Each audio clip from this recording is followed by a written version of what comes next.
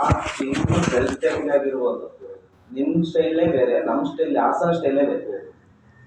Hassan style ನೀವು ನೋಡಿದ್ರೆ ಗೊತ್ತಿಲ್ಲ ತುಂಬ ಸಲ ಗೊತ್ತಿಲ್ಲ.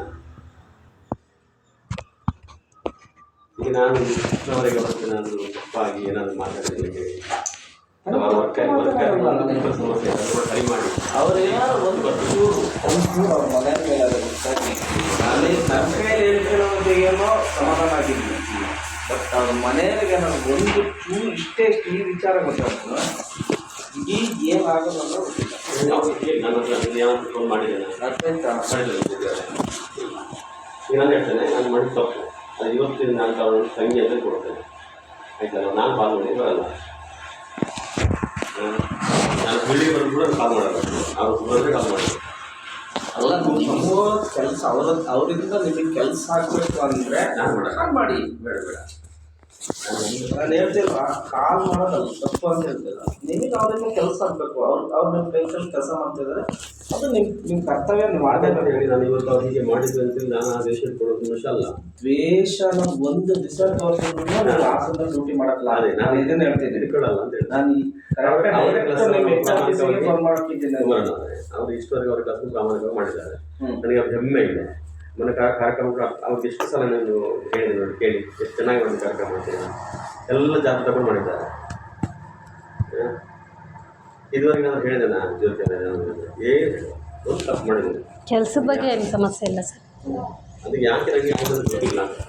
ನನ್ನ ಬದುಕಲ್ಲಿ ಏನೋ ಆಧಾರಕ್ಕೆ ಕಾಣ್ತದೆ. ಕೇಳಿ ಬದುಕಿನಲ್ಲಿ ನಾನು ಬೇರೆ ಯಾರಿಗಾದ್ರು ಏನಾದ್ರು ಮಾಡಿದ್ದೇನೆ ಇಲ್ಲ.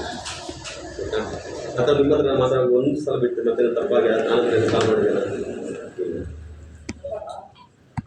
ನಾನು ಹೇಳ್ತೀನಿ, ನಾನು ತಂಗಿ ಅಂತ ತಿಳ್ಕೊಳ್ತೇನೆ. ನಾನು ತಪ್ಪು ಮಾಡಿದ್ದೆ ಅವ್ರು ಕೊಡ್ತೇನೆ. ಅದನ್ನು ಮುಂದೆ ನಾನು ನನ್ನ ತಂಗಿ ಬರೋಣ, ಬೇರೆ ಬೇಡ ಕೆಳಗೆ ಬೇಡ. ನಾವೆಲ್ಲ ಮೇಲೆ ಕೆಳಗೆ ಮಾಡಬೇಕು ಅಂತ ಇಷ್ಟೊತ್ತಿಗೆ ಏನೇನೋ ಕತೆ ಮಾಡ್ತೀನಿ. ನಾನೀಗ ನೀವು ಹೇಳಿದ ಮಾತು ಗೌರವ ಕೊಟ್ಟು ಬಂದಿದ್ದೇನೆ.